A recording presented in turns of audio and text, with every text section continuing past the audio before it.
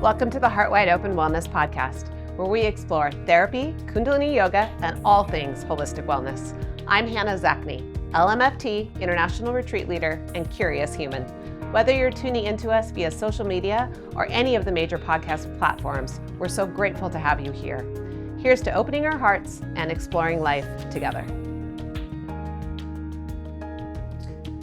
Welcome to the Heart Wide Open Wellness Podcast. Today we have Michelle Kwek, and Michelle and I have known each other over the years through Twin Lakes Garden. It's a local nonprofit that provides food to people in need in the area. And I have brought out my women's membership for several times over the last many years, and we have become friends in that process and always look forward to seeing each other there. I'm always inspired by the work that she is doing, and I promise one day I'm going to turn this not green thumb green, but and maybe this season is getting a lot closer for me. So we're going to be talking today about a lot of things to do with the garden and giving back and the cycles of life that we see in nature, which is such a beautiful teacher. Mm-hmm. So aside from that, Michelle grew up in the vineyard of rural Mendocino County, has lived in suburban Folsom now for almost 18 years. Her small town roots and appreciation of the nature run deep. She has a background in animal science and is passionate about the connection between food, social wellness, environmental health, which leads her to her current job as garden coordinator at Twin Lakes Food Bank. Alongside her husband, she's raising 3 young, amazing humans and trying to grow all the fruit and flowers that she possibly can. I love that. Yeah. And flowers are a part of it too. Flowers are a big part of it. They're actually one of my favorite things to grow. Yeah.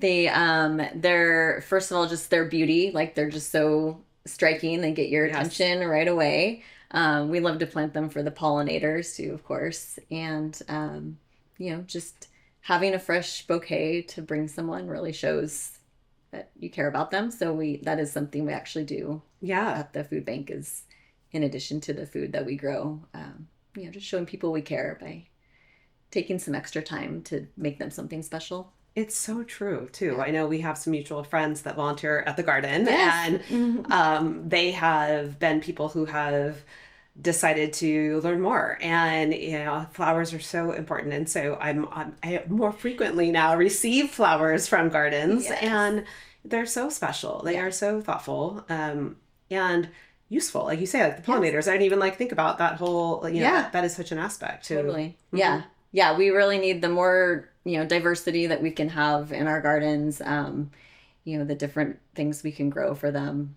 is, the more the better. Mm-hmm. Yeah. So how did you get into this? And were you always into plants? Because I grew up around plants. My parents are fantastic gardeners, but I didn't learn a thing because I didn't I don't know. I just thought you could just do it. So now I just dump too much water on things, or not enough water on things, or don't know how to read the signs. Yeah. It's not intuitive. That's actually. Okay. Yeah. No, well, for me at least. That's totally fine. Everyone comes from a different place, and some people have a natural inclination for it. I do believe anyone that wants to can learn. So I agree with that. Yeah. Mm-hmm. So for me, it was something that was always, or I was always around. My parents were farmers. They grew wine grapes. They always had a garden. But it wasn't something that I was necessarily interested in myself. I was more interested in the animals. So, we had animals. I raised guide dog puppies. So that kind of took me down the road, focusing more on the animal part for a long time. But after I went to college, and I was actually working in a job for a science education company where we had a live material lab where we shipped out things to schools. So the little caterpillars that schools get, plants that they get to study.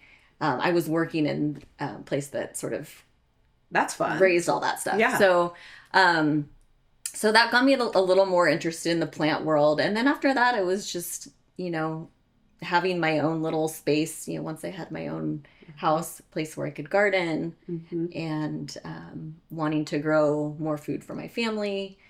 It just kind of grew from there. Well, and it's right on time right now. Our culture is really wanting to have their own access to their own food, and to know what's how it's being grown. And Yes. yeah, so that is, I mean, you are right on time with that. And I'm Yeah. sure you're seeing an uptick in interest in general. Yes, for sure. Yeah. I think definitely during the pandemic too, there was a big increase in people who were learning, wanting to learn to garden, grow their own food. And I think that's continued to, the interest has sort of stayed. So there's, always, to me, there is always something you can do, even if it's just like a little pot of herbs, something you can do to get your hands started in that, and Yeah. just learn as you go.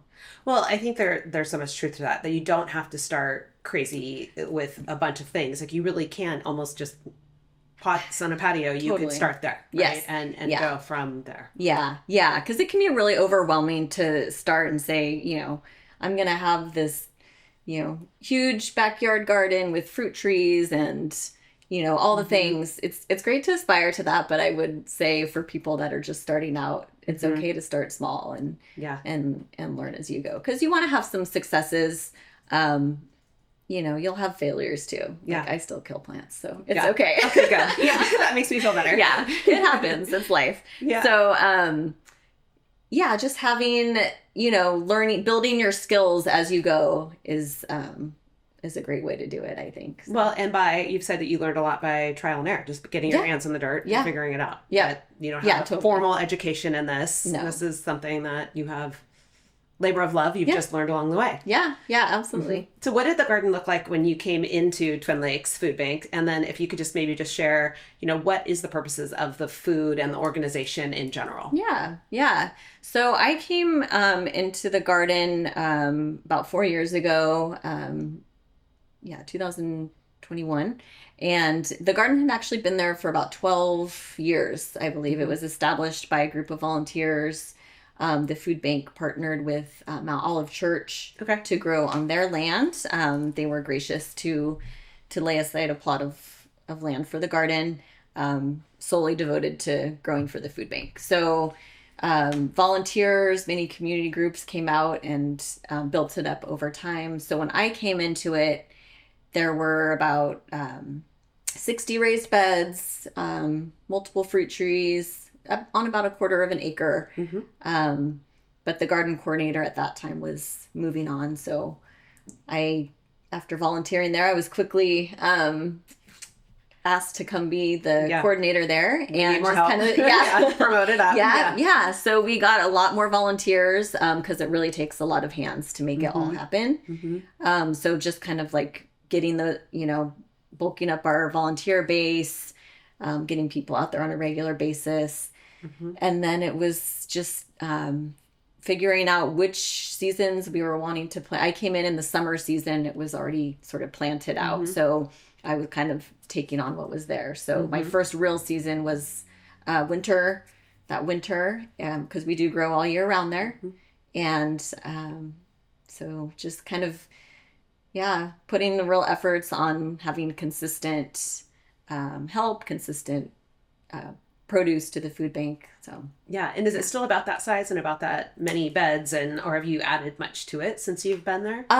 We've added different things. There's we've added some trellis structures, so we try to take advantage of our space and do a lot of vertical gardening. I think actually one of the things what we've done is really enhance the soil. So even though it's not something you can really see, it's down below, we've really bulked up our compost production. Yes. So we make all our own compost from spoiled produce that comes from the grocery stores. Take that from, combine it with leaves. People bring us their leaves during the fall season. That's great. And make all our own compost. And that's what we use to fertilize our beds and make the soil. So really, I've seen a big difference in production. Quality. Yeah, I've been on the composting team when I've been over volunteering before. So a lot of moving and rotating and shuffling about. Yes. So, It's kind of, I like to geek out on compost a little bit. It's kind of, a fun. It's because you see it go from just kind of this spoiled food, mush, spoiled and food, then it's like this beautiful, dark, earthy rich soil. And so. Yeah, it's been a really, really nice addition to the garden. And then it gives so much life to the plants, for sure. Could you share what the food bank really is and who it offers? And then also the community comes together very much for this, right? Like Yes. farmers come and how they help support with the composting and other things, right? Yeah. Sure. It's so the food bank, we serve, we're located here in Folsom. We serve Folsom, El Dorado Hills, and Granite Bay. So we have 3 to 4 distributions a week. Weekday mornings is when we're open to distribute groceries. We're a guest choice model, which means our guests that come through are able to choose the foods that they want, which we feel is really important in honoring their dignity and, let them choose foods that they want to eat, Absolutely. that they want to prepare. So we are, the produce that we grow isn't supplement to, we do get food from the grocery stores donated. We get food from community every September. Everyone gets their bag where they fill up their non-perishables and leave them out. So we do food collection from the community. We do also have a budget at the food bank where we're purchasing food so that we can, we're striving to have the high quality, healthy, nutrient dense foods that So people good. really need. Yeah. So we do purchase some foods to be able to provide. Okay. And then we really we've got a mighty staff who, I love my coworkers. Yeah. It's an amazing team. And then so many volunteers who, give their time and their hearts every day. What is the volume of staff and volunteers? Because I know it's quite a lot to. In fact, you need. I mean, even to volunteer with you, there's quite a list. Like, Yeah. people really enjoy being, and I know whenever we want to, we have to really plan it out. Yes. Yes. We are fortunate that people, really want to come and give their time there and serve. So, I think with staff, we might be up to about 10 to 12 staff Right. members. And then, on any given day with volunteers, in the garden, I have, 5 to 8 people usually every day. And then on the food bank, on the distribution side, quite a bit more. Yeah. So That's so fun. yeah. And then also local, I think, I'm not sure who, but some of the grocery stores or some people will bring moderately expired food for the composting. Is that part of what you do too? So or is if we will take it from the food. Everything that we get from the grocery stores is supposed to be able to be consumed. Okay. So that's the idea. Before the perishable date. Yes, before Yes. the perishable date. Yes. But we do take anything. Sometimes things slip in, or one of the problems we've had is we're just running out of storage space at the food bank. So we're serving a lot more people, and so we do get food in. Sometimes if we're not able to store it, we have to figure out a way that we're either getting it out to different groups in the community that can distribute it, or some local farmers will take, if there's For their animals. Yeah. Or we'll take it to the garden and compost it. I just love how multi-purpose that is. Yes. And how everybody's kind of collaborating, and bring this, take that, how it's just this very intermingled, supportive kind of system. And it's probably pivoting every day. It is. It's like there's a constant flow of, things in and out, people in and out. It's, it's really like a pretty well-oiled machine around there, but there's always lots of moving parts and with lots of unpredictability. But we roll with it. So How many do you feed now at the food bank? I know that fluctuates. I think it's I want to say a few hundred families a week, probably. Wow.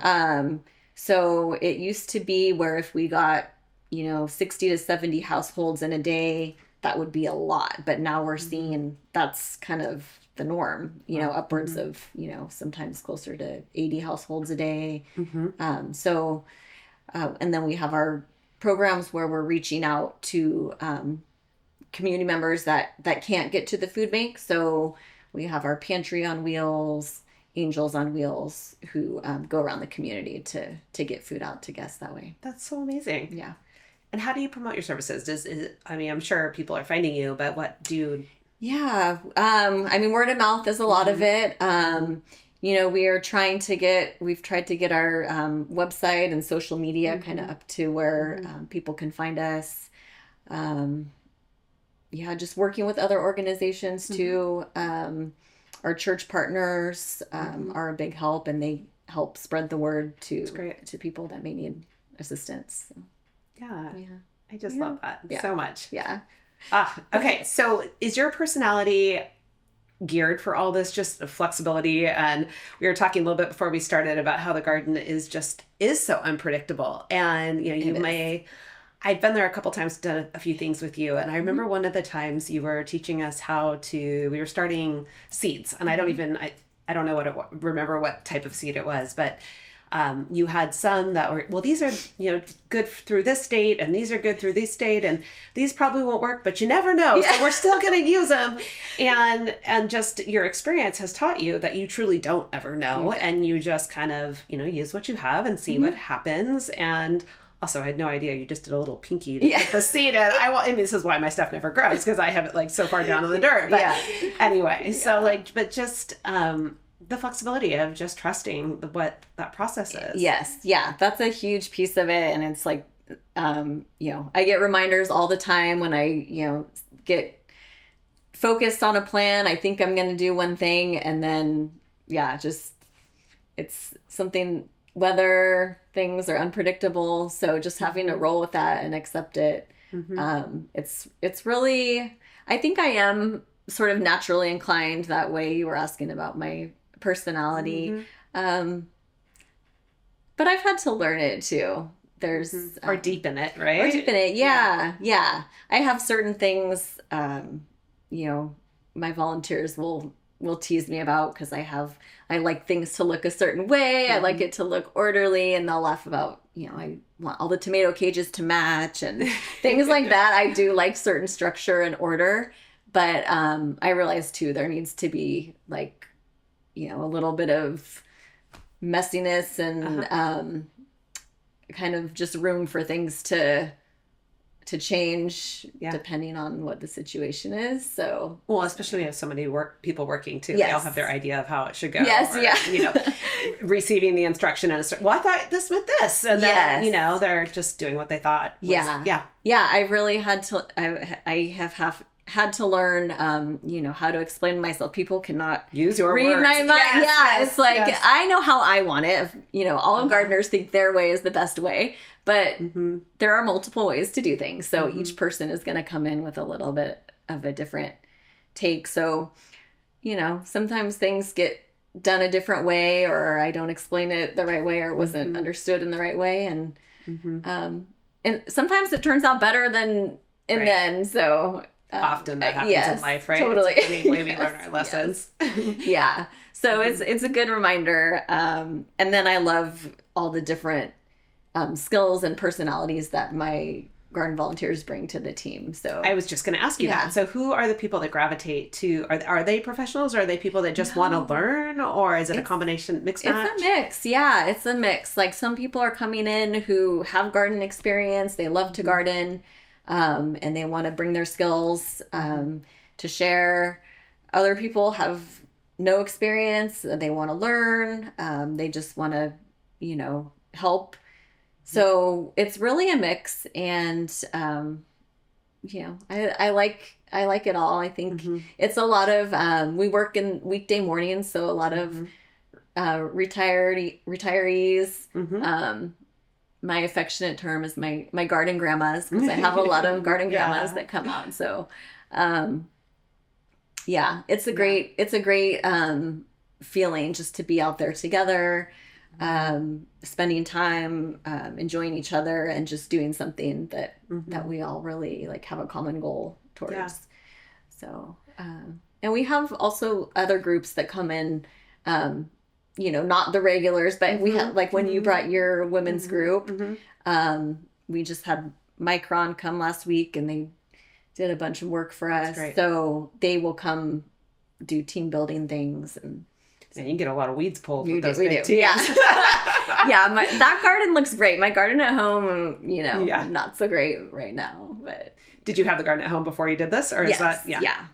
I still garden at home. I try to plant things everywhere I can, but there's only so much time, so I usually end up taking on way more than I can. And so Yeah, you were teasing that you, I'm sure many people want your help. And like, how many gardens do you need to take I have responsibility for? quite a few things planted all over town. So Yeah. it's fun though. Yeah.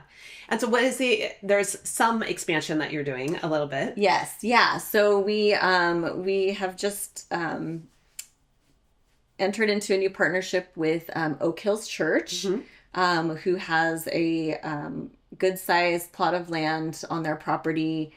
There is a current community garden there, which is an amazing. I just went to visit it. Yeah, like a couple weeks ago. Did you see the flowers? I did. Okay, I got some flowers even. Yes, it was beautiful.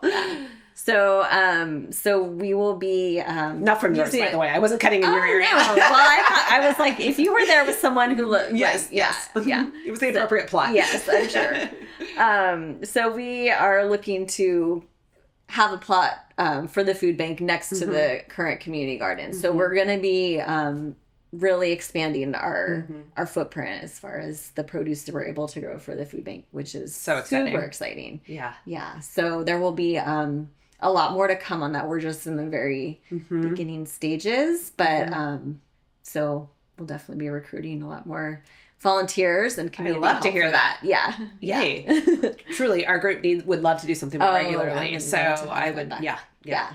I'm in. So okay. We'll talk about that later, but we're in for that. Yeah. And I just love that community garden exists. You know, I think our particular community, I think there's a huge interest, but there's not that many places where you can do it. Yeah. There's even like spots in our neighborhood where like you could theoretically do it over there, but there's not water source. You know, like that tends to be kind of an issue. Yeah. So. Yeah. Having kind of like the basic infrastructure, you know, irrigation, fencing is usually a thing, depending on where you are, because we have deer. Yeah. You know, deer do come around. And so having that, and then just having the consistency of someone who's able to kind of take it on or lead it, you know, that's even at the community garden. I know everyone is allowed to do, you know, their own plots, but just, you know, it's nice for people to come together for something and they can see, you know, get ideas from other gardeners too, which I love. Or swap things and learn. Yes. Yeah. Yeah. And then also when, it's kind of amazing the abundance you can have from a relatively small amount of space. Yeah. So we always share with people too that they are more than welcome to bring their abundance to the food bank, because we are able to take donations from that's fantastic. From home gardens as well.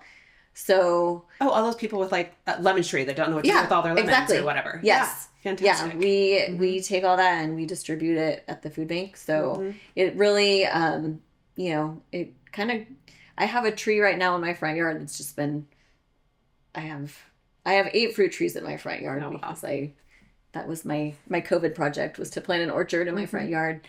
And it's just, when they're ready, that's kind of like all at once. So I can't possibly, you know, we eat a lot in my family, but then we, you know, share it with neighbors or take it to the food bank. And I think if everyone did a little bit of that, it would really. Well, and it's such a special way to connect with people. Like it's so touching when somebody brings you like, here's a basket of plums. You're like, oh my gosh, thank you so much. That bag is for you. That bag of apricots. Oh my gosh. Yeah. Thank you. I'm so touched. I'm so touched by that. You know, I mean, even more so than, I mean, I would love it if another gift. Those are also wonderful, but I mean, it's extra special when it's like something that somebody grew. Totally. Yeah. And I love that. Yeah. And I think too, if people kind of know what goes into growing, you sort of realize like the value of your food. Like, I have a whole new appreciation for the farmer's market. Totally. Like, wow. Yes. Yeah. And just that going into, you know, food waste too. I think if people realize like the amount of, you know, time and resources that go into growing food, especially when it's, you know, you're doing it organically and, you know, with ecology in mind, with those practices, you know, sometimes it takes a little more time. So what are some of the challenges with that come up for you? Yeah, actually, you know, I found that really it ends up balancing out better, the gardening organically with inviting the biodiversity. You know, we do have, we'll lose some fruit to the birds or things will come you know, it's also nice to have the birds in the garden. It is, yeah. It's right. So it's a good trade-off, I think. Yeah. You know, I'd rather have that. It's just part of gardening. You know, you're going to lose a little bit, grow a little extra, so a little bit goes to the birds and the insects. So yeah, it's because if you're using things that are, you know, killing off the bad insects, a lot of times good insects go too. Yeah, yeah. So we just try to invite life rather than kill it. So yeah. Well, and that invites in that just kind of go with the flow. I mean, you're just trusting that nature knows what it's doing and letting go a little bit. And just, I mean, imagining even when you're planning, you know, I think, you know, systematically you could say, okay, summer we do this, fall we do this, blah, blah, blah. But even though like the weather patterns change or, you know, the soil is different for some reason or the smoke comes in or whatever it is, right? Like it isn't consistent, even if you have. So what, like, how much time does it take to actually plan, and how many pivot is involved? Yeah. I mean, usually I try to take really good notes so I can at least look back on what did I do the year before. So that's a good tip to anyone that grows a garden. Just keep a little journal. So I try to, you know, see what happened last year, even though it may not be the same in the coming year, and then just make notes to myself on what I would do differently. You know, if there's things, different varieties I want to grow, or a variety that I didn't enjoy, we won't grow it again. So yeah, a lot of note taking, a lot of observation. So even though the job is very physical, you know, I'm moving around doing physical activity a lot. It's really also a lot of just pausing and observing. Love that. It's really actually a good way to slow down, especially this time of year is our busy season. So I feel like I'm constantly doing not something. So much observing. Yeah. But it is really like I try to go every morning and just walk through the garden just to take note of what's happening. And that's also a way to keep on top of any potential pests or the problems with your plants, is really just observing them. So yeah, I love that. It just it makes my nervous system just soften just hearing that. Like, and what we haven't said yet is the garden specifically at Twin Lakes is remarkably peaceful. Like you just walk around that corner and all of a sudden your nervous system just goes and you just, it's like the sun is shining just the same over on the other corner, but it feels so much better. It's so true. It is just crazy. Yeah, it's really magical back there. The very first time I went back there as a volunteer, I turned the corner and I was like, what is this place? There's some feeling about it for sure. There really is. Yeah. I think too, just like so much love has gone into that place like over the years. So I think it really like comes out there. I think love, and I think healing. Like you know, when we've come out with the women, like we have some of the most deep conversations just on our sitting down or on our knees pulling weeds. Exactly. And, you know, and all of a sudden we're talking about things we haven't really even shared or just feeling more connected. Yeah. I find when I'm out there too, I'm really able to sometimes get into like this flow state, especially if I'm by myself and I'm doing a task like turning compost or something, or just weeding. You kind of just forget where you're, you know, you're sort of just able to like, you're not caught up in all your thoughts. You're just doing the task. And then sometimes really great thoughts come in and you're like, oh, wow. Yeah. I just had a great moment there of like, just, you know, when I wasn't even trying. So it's really something about being in the garden. Well, that's the trickery of the brain, right? Like the brain's like, you think like, if I think the idea is going to come, and that's not when it comes. It comes when you just get into that default network mode where it's just free flow state. And then all of a sudden, oh, there's my answer, or there's my insight, or there's my aha. And I love that the practice of gardening makes you accessible to listening, right? It makes you accessible to hearing that because by default. Yeah. And I love the 2-part gift of there's a time where you're in there in the morning by yourself doing your thing. But then the reality, especially with a community garden, you do need to rely on others also, because like, what if you're out of town, or what if you know, I mean, like you really the garden still needs care, right? So it really, the idea of a community really is purposeful for so many reasons. It is. Yeah. Yeah. I could not do that job alone. Like it's, you know, I really lean on my, you know, my volunteers and just, you know, people that bring new perspectives too that I might not necessarily think about. So it's a great love that you're open to that too. Yeah. Yeah. That's part of it. Yeah, it is. Yeah. How do people volunteer if they are listening and are like, I want to do that? Yeah. So the way to, our website is the most current. There's a volunteer page and that will lead you to a volunteer application. So there's a process to go through. And so that's the way to check what's the jobs that are available at the moment are on our website. So. Awesome. Yeah. Awesome. Yeah. And seriously, we're going to have to get out there. Yeah. We'll get you guys on the schedule for sure. I know. Yeah. I'm imagining, like, what are some of the weather challenges? Because... Yeah. Heat. For sure. Yeah. You know, we try to, I mean... This winter was actually pretty mild. So, but you know, we just have more extreme fluctuations, I guess. So really we are trying to kind of get ahead of it by just having healthy soil.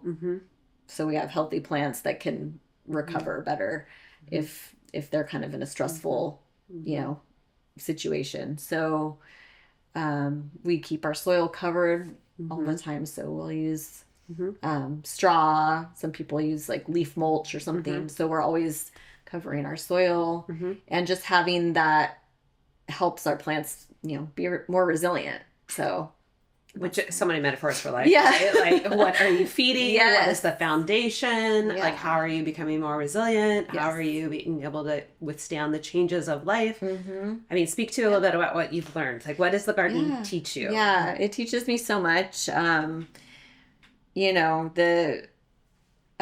probably the big one is things are always changing. So things are never staying the same. Like it or not, things are always changing. So the garden will look, you know, one way one day, and then you come and it's, you know, if you've been away for just even a few days or a week, it can look completely different. So, you know, there's I actually find a lot of like peace in that, you know, that it's like, okay, this is just life, you know, it's not going to be here. It's this stage of life. It's not good or bad. It's not going to be here forever.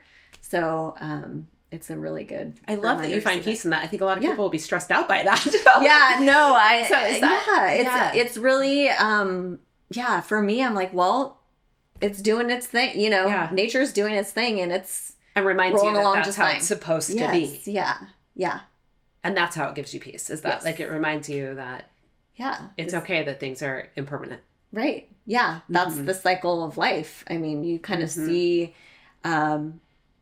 you see things, you know, beautiful new plants flourishing. You know, we do try to let some of our plants have a full life cycle. So not with everything. Sometimes we have to clear beds to make room for other crops. But if we're able to, we'll leave a bed completes full life cycle because actually the beneficial insects will come and take care of the plant. It'll be like be like a little habitat for them. Oh, okay. We're also able to save seed when we do that, so we can save our own seed for the next generation. So, when we're able to do that, you kind of see, well, each cycle of life is kind of beautiful in its own way. So you wouldn't have like all the new fresh growth if you didn't have, you know, the seeds. So they have to go through their whole life cycle. So. How has this changed you? Like, I'm imagining it makes you more patient, makes you more, I don't ask my kids. I don't know. Yeah. So what do you think? Let's see. How has it changed me? Or grown you? Maybe a better way to look at it. Yeah. I think I've just become more comfortable with myself, I guess. Like, just knowing, like, I don't know a lot of people that do this as a job. You know, a lot of people have gardening as a hobby, and it's a great hobby. Like that's, you know, I encourage everyone to do it. But I think it's just made me realize like that I am able to use my skills in a way that I didn't realize could be so beneficial. So I love that. Yeah. I'm a big fan. We talk about it on almost anybody that comes in here, and I talk about just in my life in general. Just if you have that desire, you know, and if you can put it in, it doesn't always have to become your job, because you can have it as a hobby and have it be completely satiating and perfect, and that might be the perfect balance you need. But there is something that feels real good when you can do what you really love, way, like every day. You know? I feel so grateful for that I get to go to a job that I love to do. So very, very grateful for that. That's amazing. Yeah. And do your kids, do they garden, or is your a family? little bit. They kind of here and there.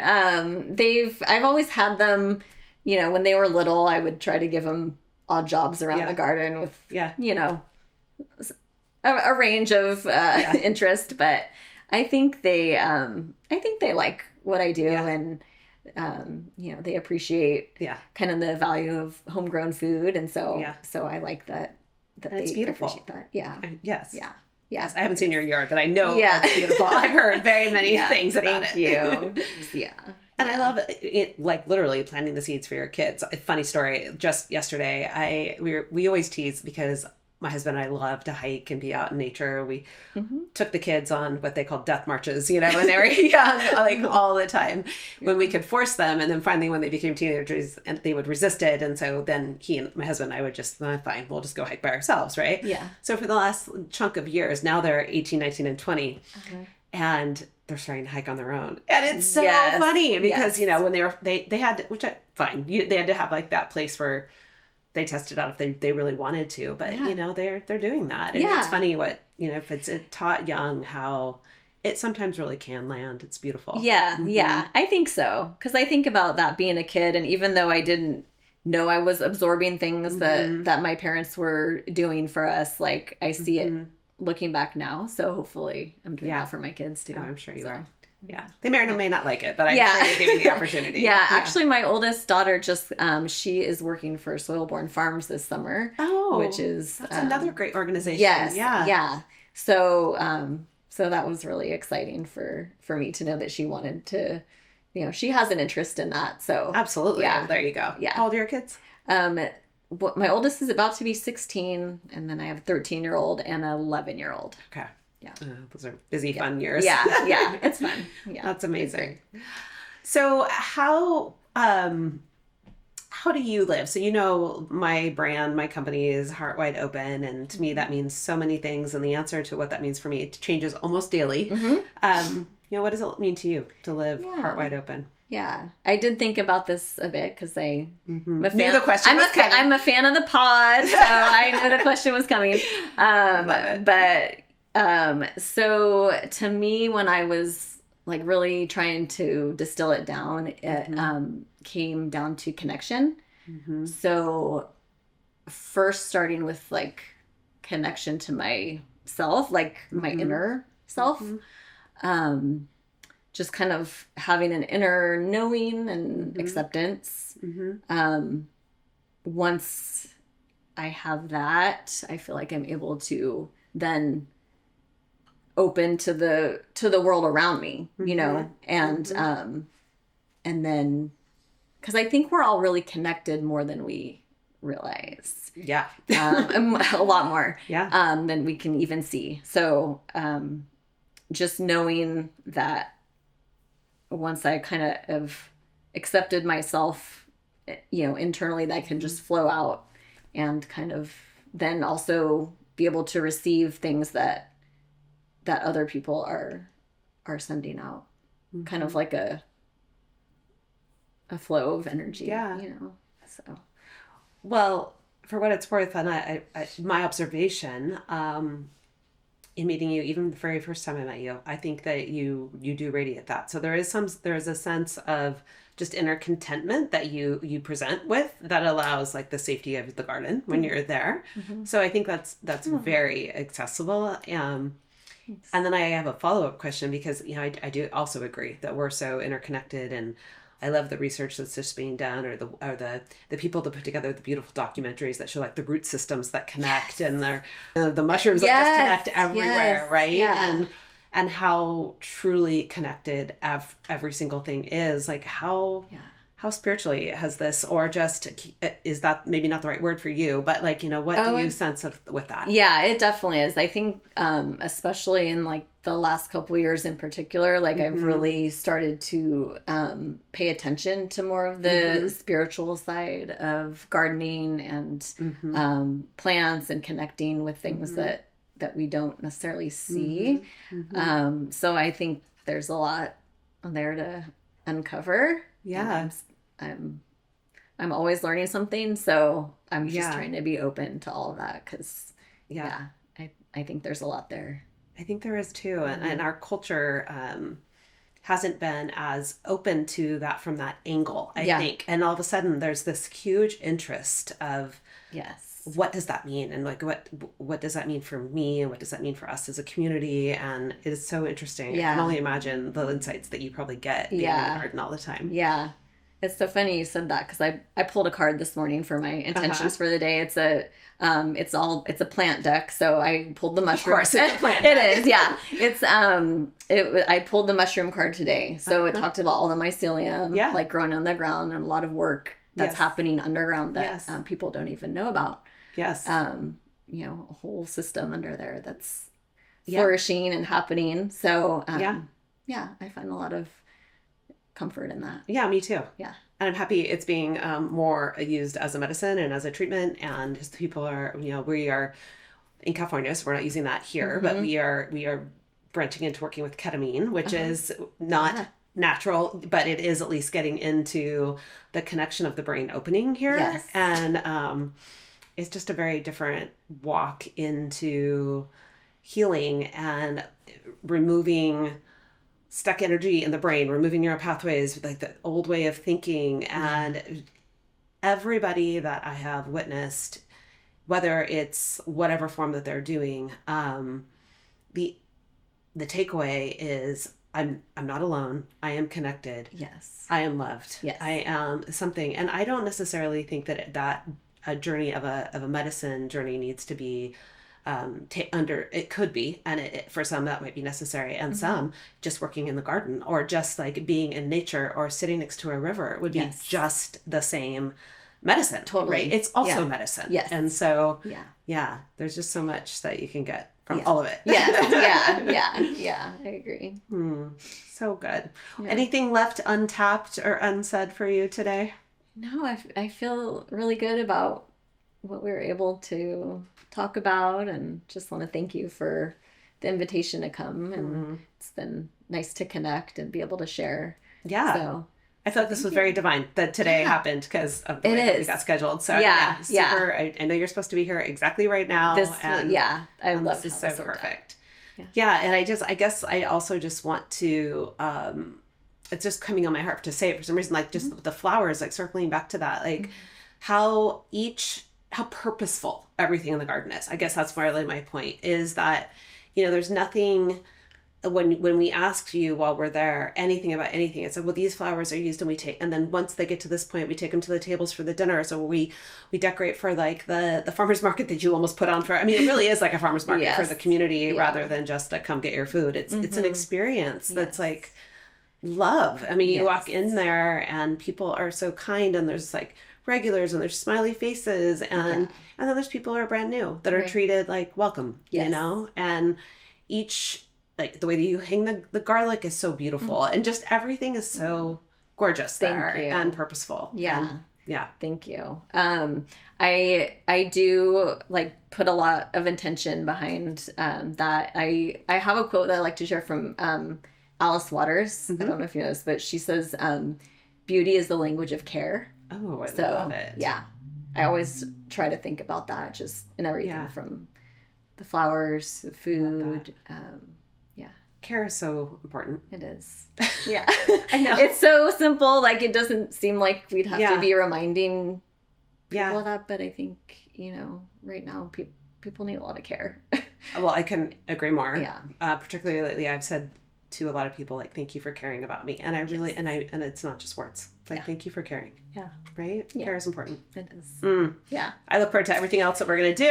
We're going to figure out how to get back out there. Yeah, we'll get you guys out there for sure. Awesome. Yeah. Thank you. Thank you. Thank you for joining us on the Heart Wide Open Wellness Podcast. We appreciate your time, energy, and attention. Whether you're watching or listening, please remember to follow us on Facebook, Instagram, TikTok, Apple Podcasts, Spotify, iHeartRadio, and YouTube. Stay up to date with us at heartwideopenwellness.com so you don't miss any upcoming events, offerings, or retreats. Until next time, keep your heart wide open.